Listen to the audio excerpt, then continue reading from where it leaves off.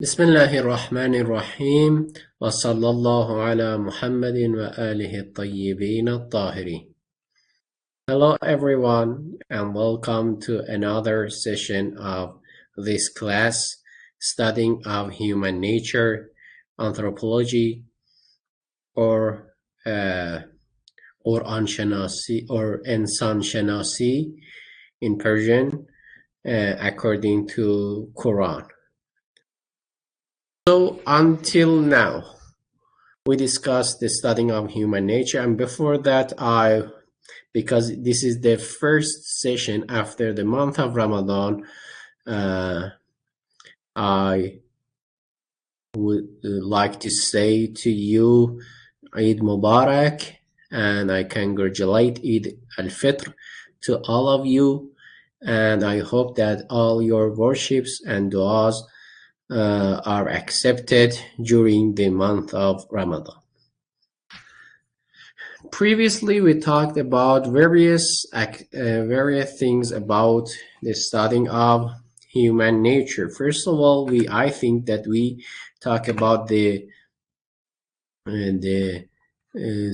different types of anthropology, and before that, maybe we talk about the concept of studying human nature or anthropology, the definition, and after that we went to various types of anthropology: mystical, experimental, philosophical, and religious anthropology, as well as the other types, which is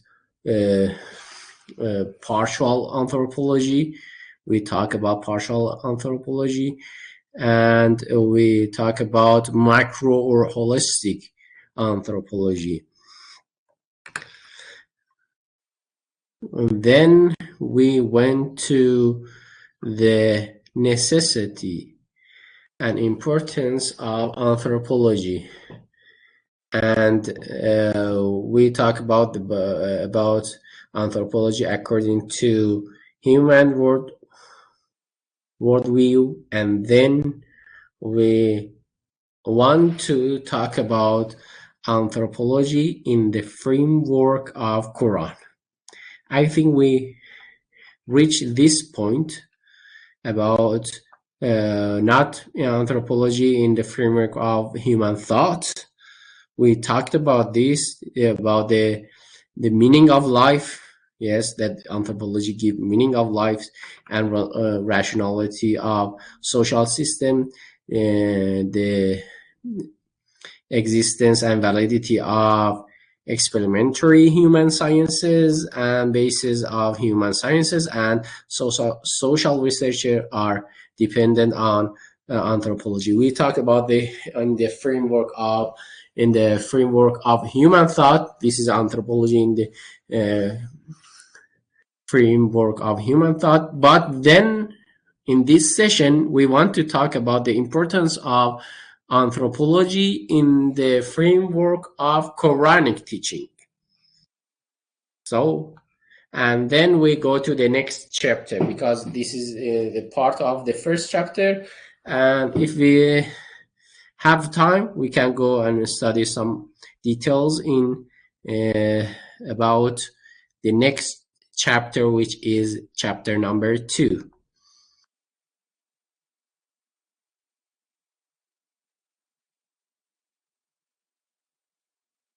So we continue with the Quranic teachings. We can say that by studying our human nature, we can reach God. We can understand God by knowing ourselves, by knowing human nature, by knowing human and mankind. We can know God. So we talk about it later. This is the first. The second point is that anthropology is also related to the prophecy, or what we say nubuwah, that if we believe in some kind of anthropology, and through this kind of anthropology, that some people deserve to have this kind of mission, the prophecy, that they can be prophet of God. So in this kind of anthropology, we can have the prophecy. But if we understand and define human as some other creature and something that totally differ from what we understand from Quran, we cannot conclude that some people deserve or they can have this kind of mission, that they can be prophet. And the third point is in the Quranic teaching is that anthropology is totally related to what we call ma'ad, resurrection, and about the eschatology, that what will happen next and later. Excuse me, I should charge my laptop. I pause for a second. So, as you know, we have these three important and fundamental questions. Question about the origin of human being, God, whether we have God or not. The question about hereafter and what will happen next. And the question about how we should go through and which way we should go through the level, which is hereafter and ma'at. So these three important questions. We can reach the answer by first of all understanding human nature. So this is the first step.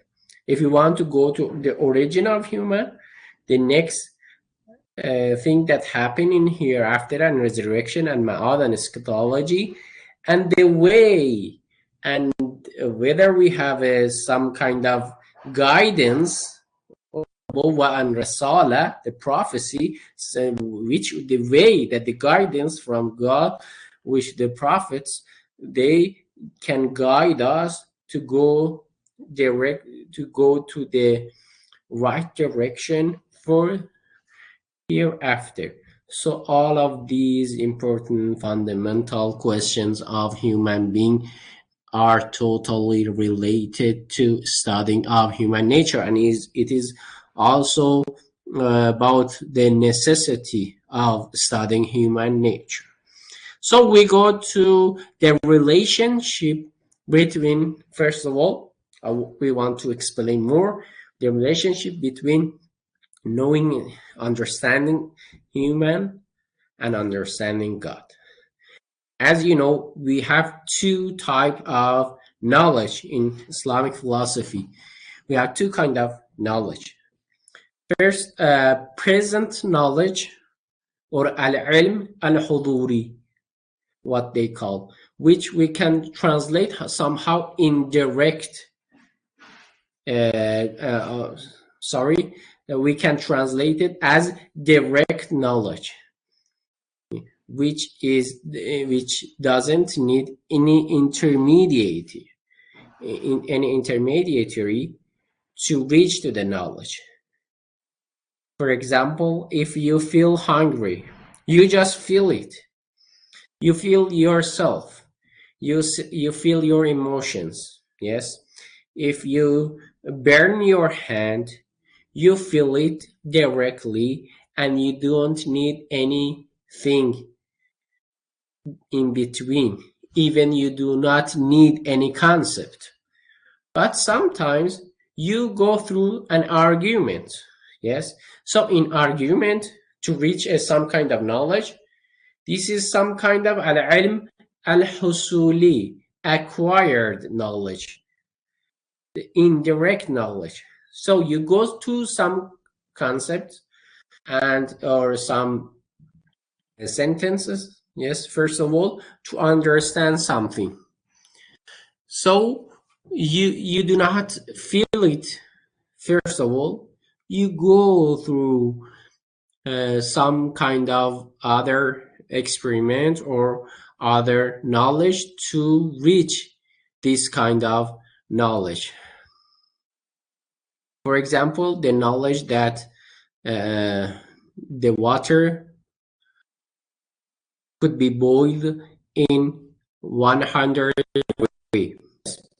You go through, it's not like that you just have this knowledge. No, you go through some kind of experiment, yes, and you have some argument for that. You have some premises for that. So you will come to the conclusion that any water in 100-degree in some kind in the same circumstances, for example, the pressure of air pressure should be around the sea. It could be boiled. So this is acquired knowledge. So to know God, we need both present knowledge of human being and acquired knowledge of human being. By knowing these, we can reach God. First of all, we talk about present knowledge of human being. As you know,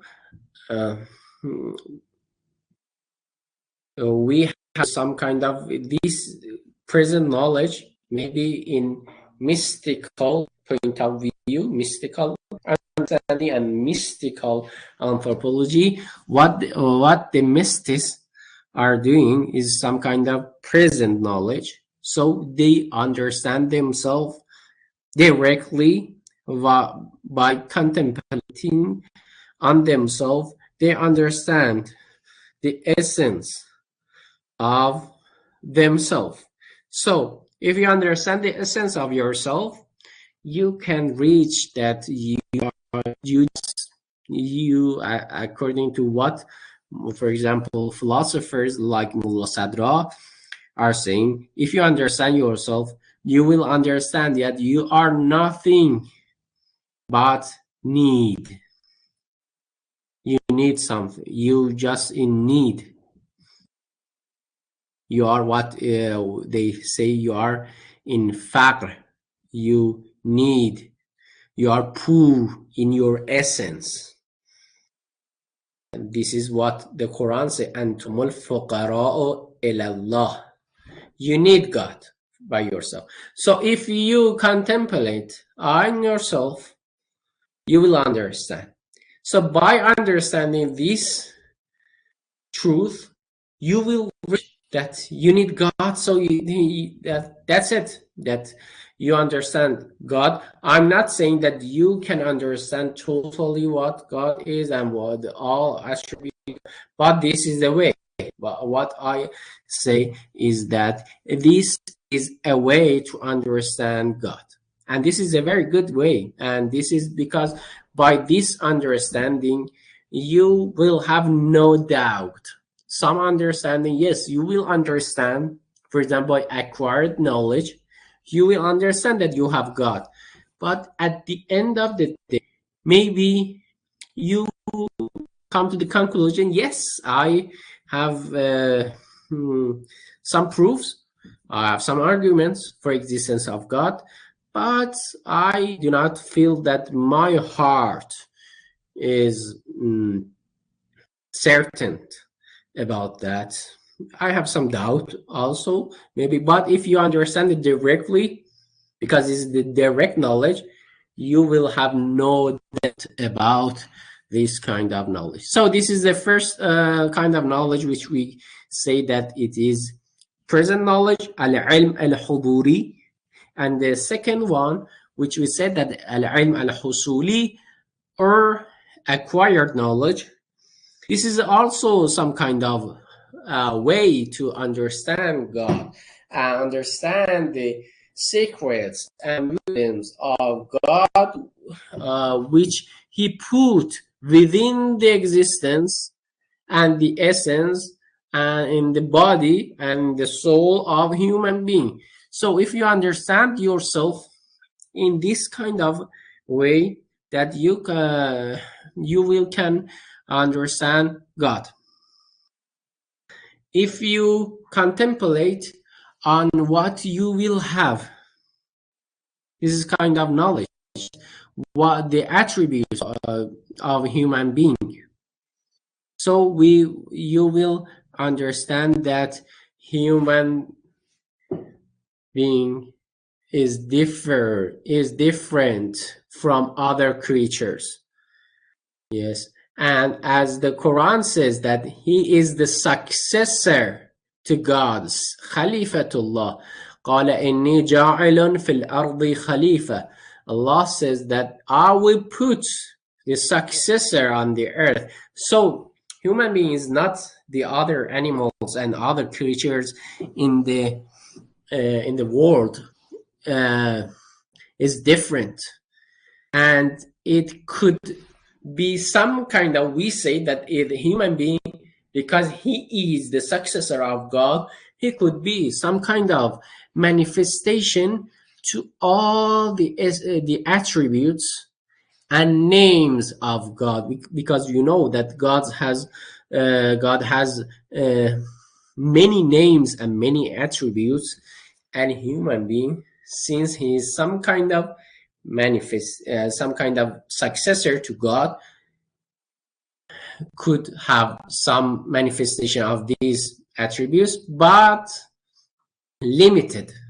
We say that God is unlimited and human being is limited. This is the difference. So if you understand that you have knowledge and you are to some other power, so you will understand that the power who gave you the existence, he also gave you this knowledge. So how could this source be without this kind of knowledge? So any attribute that you have, this is some kind of ilm husuli, any attributes that you will have, like knowledge, God has also this kind of attributes, but he has no deficiency. Your knowledge is limited, but his knowledge is not limited. He has ultimate knowledge. He is all knowledgeable. If you have power, or what we say in Arabic, qudra,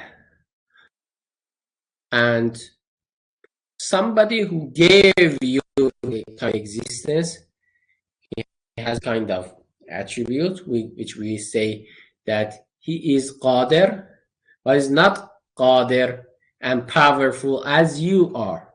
He is all powerful. He is all knowing. His attributes is, if you are high, you are live, he is also has this kind of attributes, which is hayat. So all these attributes, so we can understand God better if you with ilm al-husuli, by contemplating, by understanding ourselves better. I just want to refer to some verses of the Holy Quran about this kind of knowledge. Allah says that وَفِي الْأَرْضِ آيَاتٌ لِلْمُوقِنِينَ. For those with sure belief, there are signs in the earth. فِي الْأَرْضِ, in the earth. There are signs.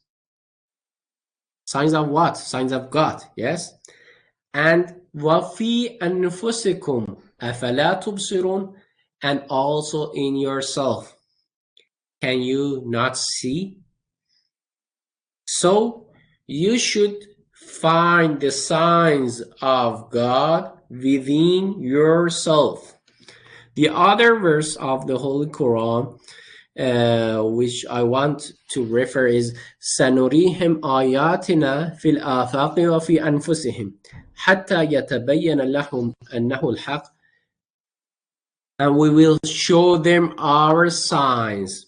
سنريهم آياتنا, in all the horizons, في الآفاق, and in themselves, وفي أنفسهم. So the signs of God is also in yourself. So if you understand yourself, you will be directed, you will be guided to God, to understanding God. Because understanding yourself, you will have the ayat al-anfusi, the signs which is within yourself. So you will understand God. So we will show them our signs in the all horizons and in themselves until it is clear to them that it is the truth. يتبين لهم أنه الحق. Is it not sufficient that your Lord is witnesses over everything? أولم يكف بربك أنه على كل شيء شهيد. The other verses, which is in Surah Ma'idah, which is Surah number 5, verse 105. يا أيها الذين آمنوا عليكم أنفسكم لا يضركم من ضل إذا اهتديتم إلى الله مرجعكم جميعا فينبئكم بما كنتم تعملون. O believers, look after your own souls or your own self. He who goes astray cannot harm you if you are guided. لا يضركم من ضل إذا اهتديتم. And you shall all return to all, and he will inform you of what you have done. So the point is that عليكم أنفسكم لا يضركم من ضل إذا اهتديتم. Allama Tabatabai, may Allah have mercy on him, has given on a wide discussion on the knowledge of self-knowledge on this verse. And he go to this context, that the context of the verse and the reflection of the self, and he says that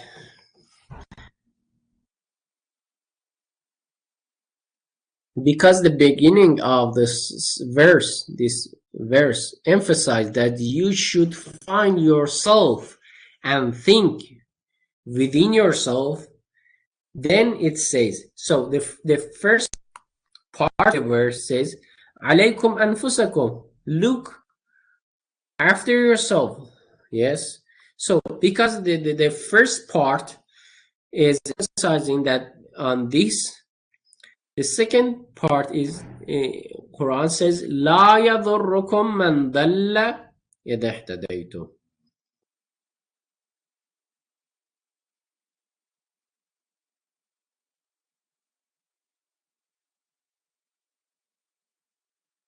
So he says that the misguidance of other will not harm you if you reach, if you are guided. The misguidance of others will not harm you.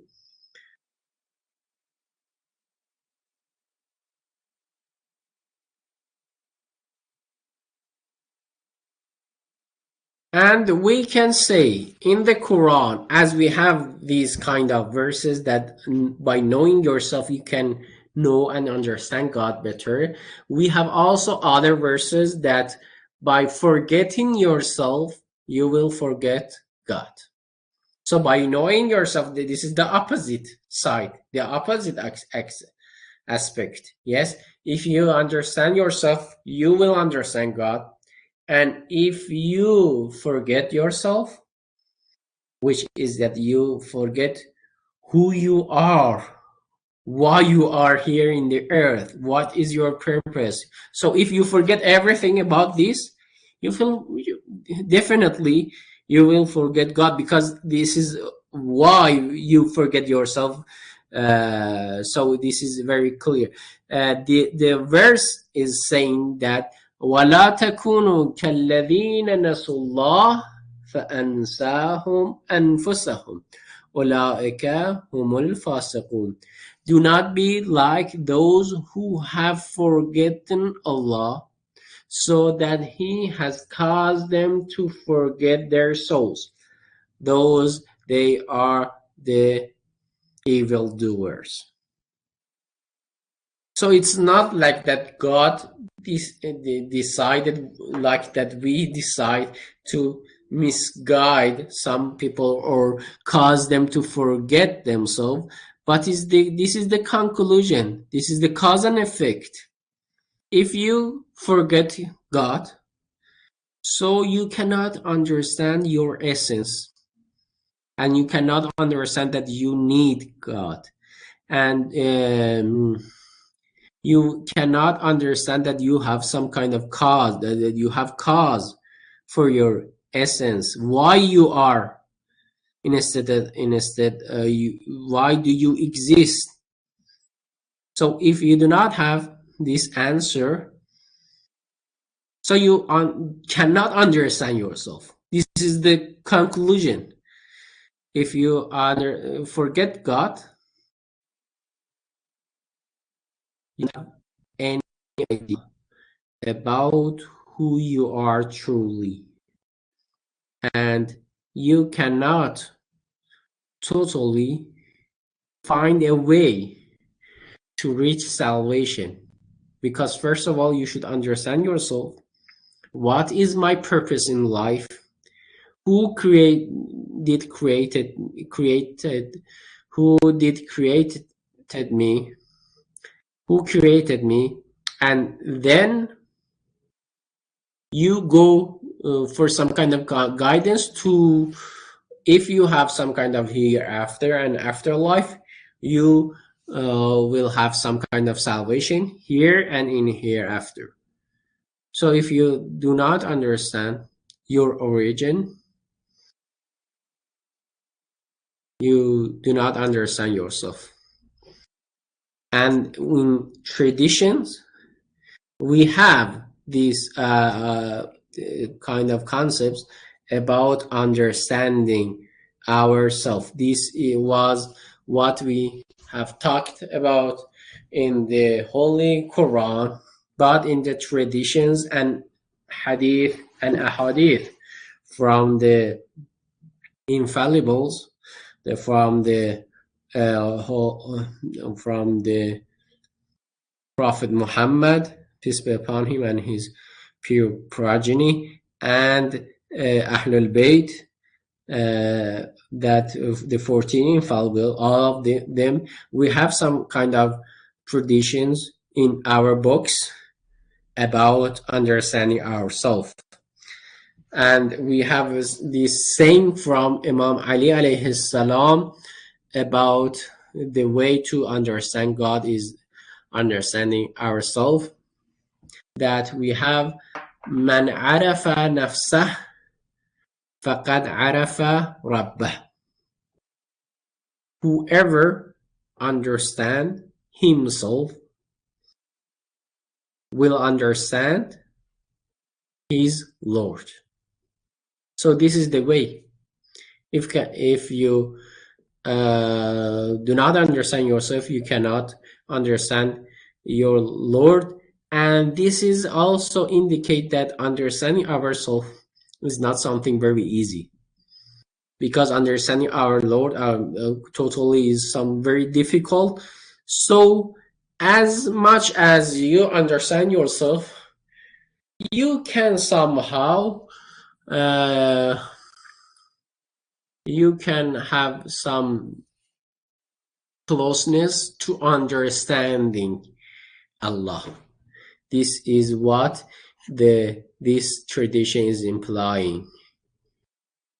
And we can also have in some other du'as and tradition that if you cannot understand Allah, you cannot understand the Prophet very good, and you cannot understand the Imams, and if you cannot understand them and the leaders, you will be misguided, as we have in the dua, and Sheikh Kolini has narrated in his book, Allahumma arifni nafsak fa innaka illam tu'arifni nafsak لم أعرف نبيك اللهم عرفني رسولك فإنك إن لم تعرفني رسولك لم أعرف حجتك اللهم عرفني حجتك فإنك إن لم تعرفني حجتك ضللت عن ديني.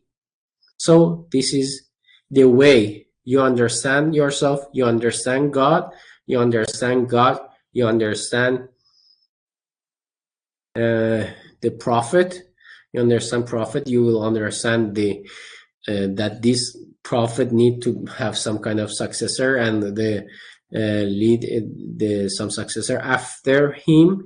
So you will understand the Imams, and if you understand them, you could be guided. I'm not saying that you definitely will, you could be guided, but if you cannot understand them, the guidance is very hard for you, because you will be misguided from the true religion.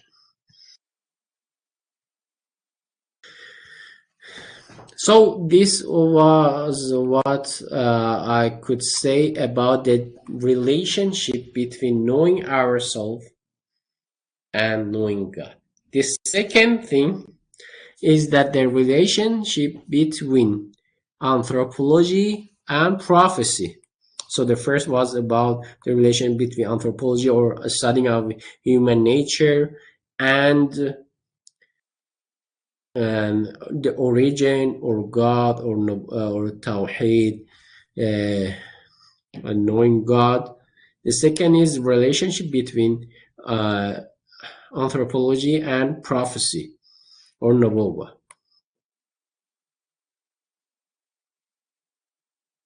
What we can say, that we know that among the people, among humans, are some people that they can't reach this position of prophecy. They could be prophets of God. They could have this mission. They could reach, they could receive the message of God. So we believe that among humans and among people, this is the possibility for some people to receive the message of God.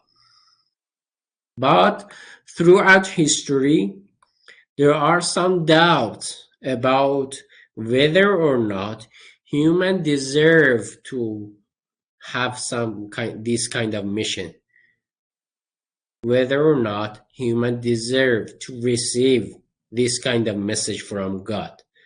And we have, for example, in the conversation which Prophet Noah and his people, they have some doubts about this. And this is not just some intellectual doubts. This is maybe some kind of excuse, but they because they understand human as some kind of animal, or some creature like other creatures. So if you believe that human is just some animal like other animal, so how could you believe that this kind of things deserve to have such mission and deserve to receive this message?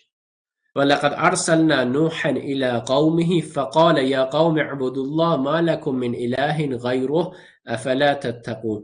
We sent Noah to his nation. He said, worship Allah. my nation. فقال يا قوم اعبدوا الله. He said, for you have no God except Him. ما لكم من إله غير أفلا تتقون. Will you not be cautious?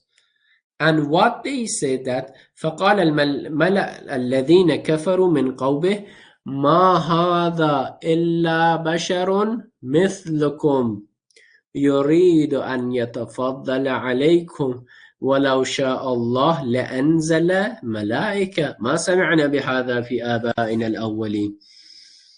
What they said that this is but a human like you. ما هذا إلا بشر مثلكم. This is the Prophet is just human like you who desire to gain superiority over you. And they said this. وَلَوْ شَاءَ اللَّهُ لَأَنزَلَ مَلَائِكَةً. Had Allah will, He could have sent down angels. We never heard of these among our ancient forefathers. So they said that if God wanted, we cannot believe that some ordinary people like us, could reach this level to have this message. If God wanted to talk to us, He should send some kind of angels. This implies that they believe in God. They believe that they believe in angels, but they doubt about the possibility of a human being to reach this level. So understanding human being possibilities, which is in front of human being, what is potential for human being to reach, and which level, and what are the attributes of human being, and whether or not he's true successor or not. So understanding these could try to understand the prophecy. And so we understand that yes, we human beings, we are different from other animals. We need guidance. First of all, we should be guided. We should go to some kind of salvation because we have origin. When we have the what we say, the hereafter, next level. So in which direction we should go? We need some kind of guidance. Why? Because we understand that human being by himself he cannot reach. But there is a possibility among human being that a human being could reach a level that he can receive the message of God. So if this kind of human being come to us with some signs, what we say that mu'jizat, yes, and we see these signs, we can trust and we can go through the way and the lifestyle that they say. So if man is known correctly, one of the aspect of human knowledge is that there is such a merit in human nature.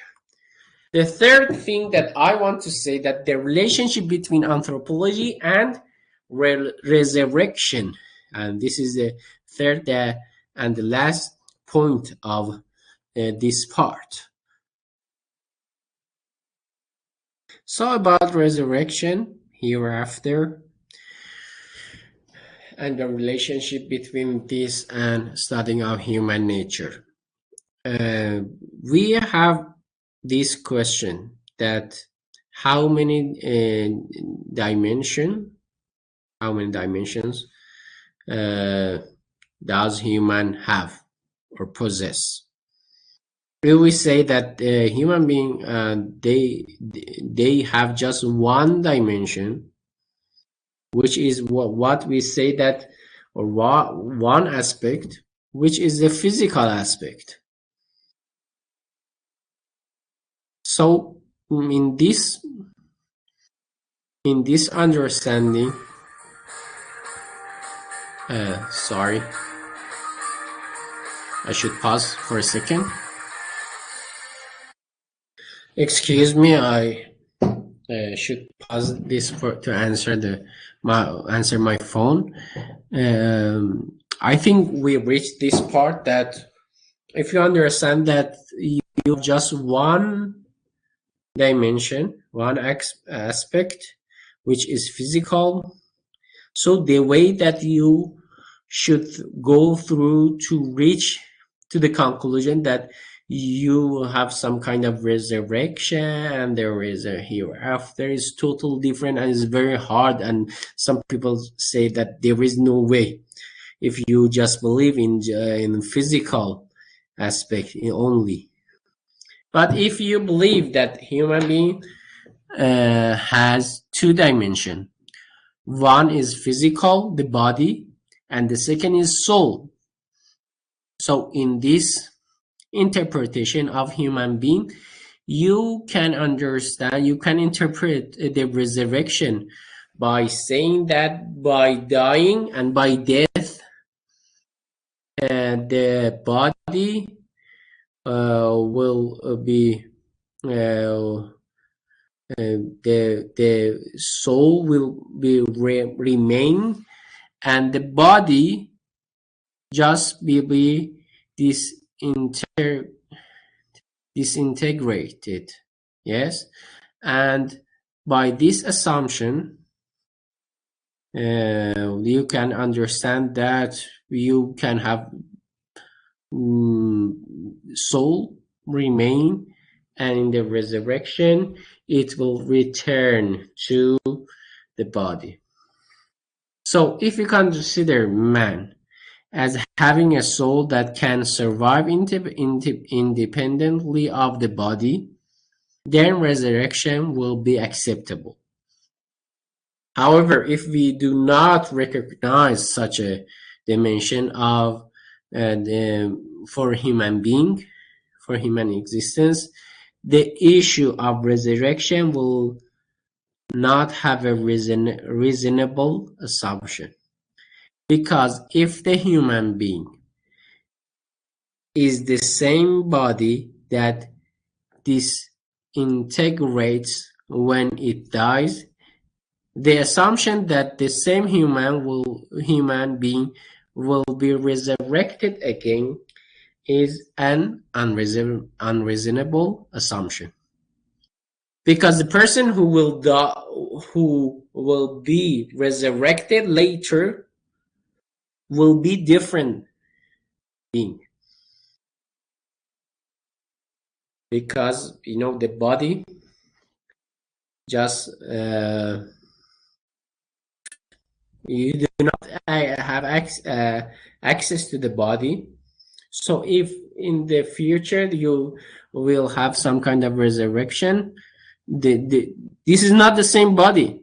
The only true, because you need something that will be the same thing.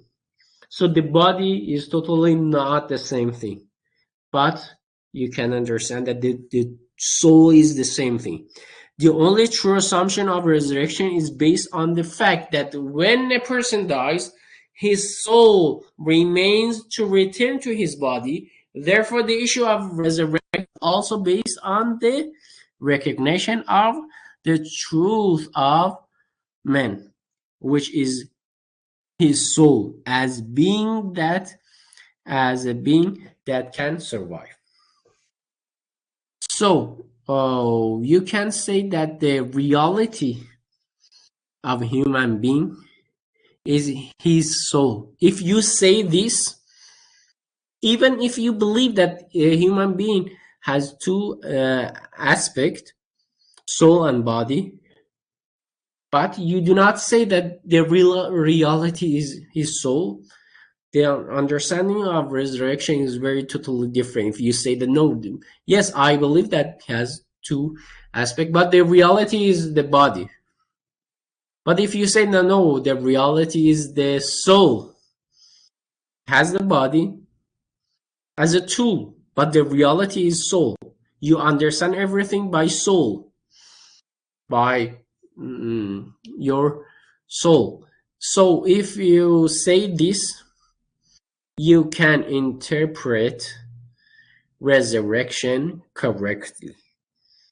But if you do not say this, maybe you have some kind of way, and some people try to have some kind of interpretation of resurrection uh, based on physical understanding.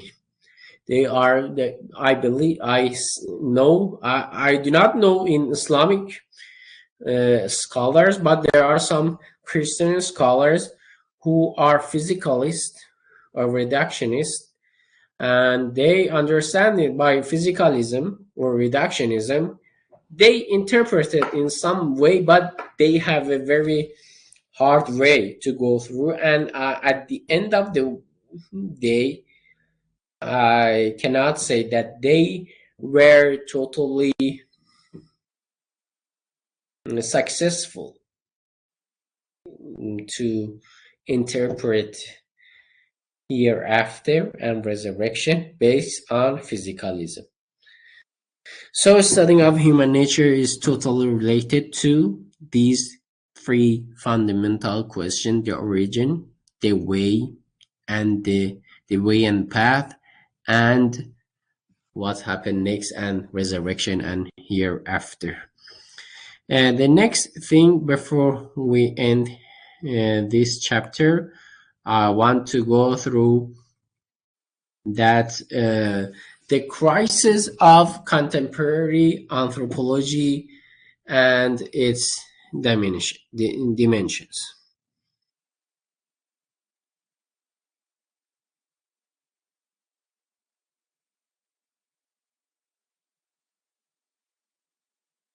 Um, in the modern era, especially after Renaissance, um, many intellectual efforts took place to understand human existence and to understand human dimensions. And there are very data that they gathered, but the method that they went through anthropology, we can say that mostly is some kind of experimental method and experimental aspect. So uh, by experimental method, you cannot understand all aspect of human being, because human being is very complicated and doesn't have just one aspect, one dimension, as many. So you cannot just by going through one method, you cannot understand all the aspects of human being. So this is the main problem of contemporary or modern anthropology that we can face. So even maybe they cannot solve truly these one dimension, because it's not some kind of isolated islands, these kind of aspects that you can say that, okay, I do not want the other aspects, I just want to solve the problem of one aspect. But if you do not consider that you cannot, if you do not have some kind of holistic comprehensive idea about human being, with some kind of comprehensive method, or with different method that covers all aspects, so you cannot just even solve one individual aspect of human being. So even when we go to Max Scheler, the German philosopher and anthropologist, he wrote that in the history never. This is some by the meaning. He said that in never in the course of history has man been so much a problem for himself. as he is today. So the main problem is mine. And with these different and abundant sciences, just we observe increasing in problems of human being. So we can just say some of the shortcomings that have caused a crisis in the contemporary anthropology. We can say these are: first of all, incompatibility ideas with each other. We have some ideas, but they are not incompatible with each other, and lack of internal coherence. And so I said that we do not have coherence in the contemporary anthropology. Second, lack of an efficient referee or judge. We need some judge for what we understand, but this kind of understanding lacks. And the third is that ignoring the past and life after human death.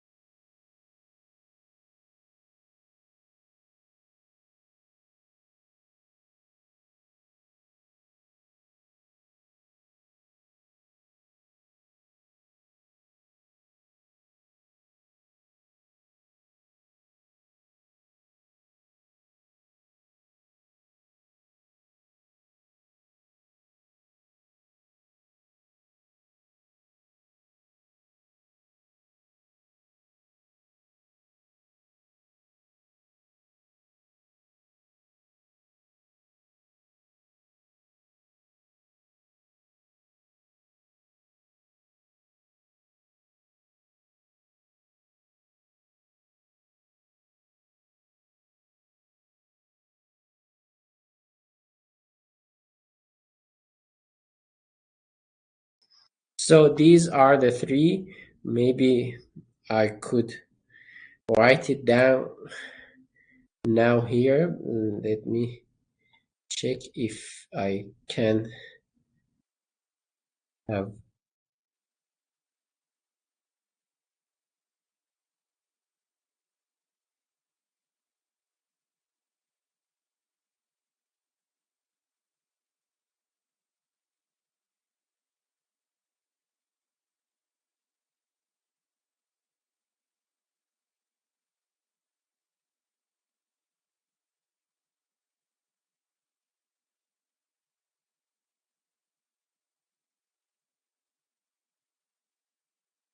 I do not know how to write. Maybe in this way. Yes. Incompatibility, the one that I wrote it above is the true one. I do not know how to incompatibility of ideas with each other and lack of internal coherence, lack of an efficient referee, ignoring the past and life after human death.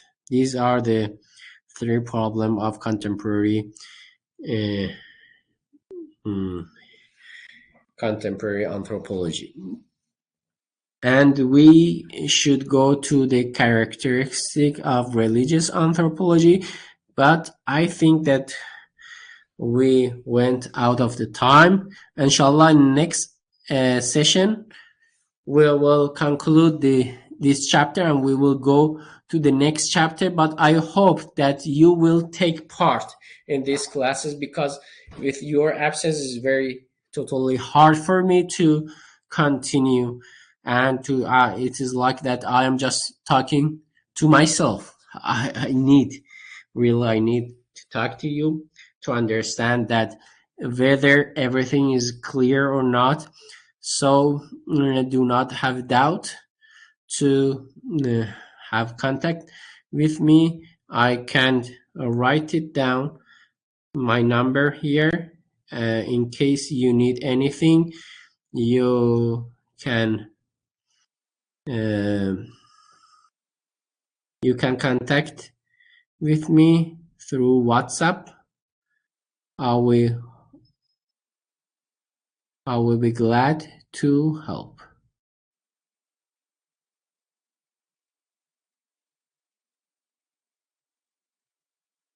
This is this is very hard to. This is my phone number through WhatsApp, plus 98912552149. This is me,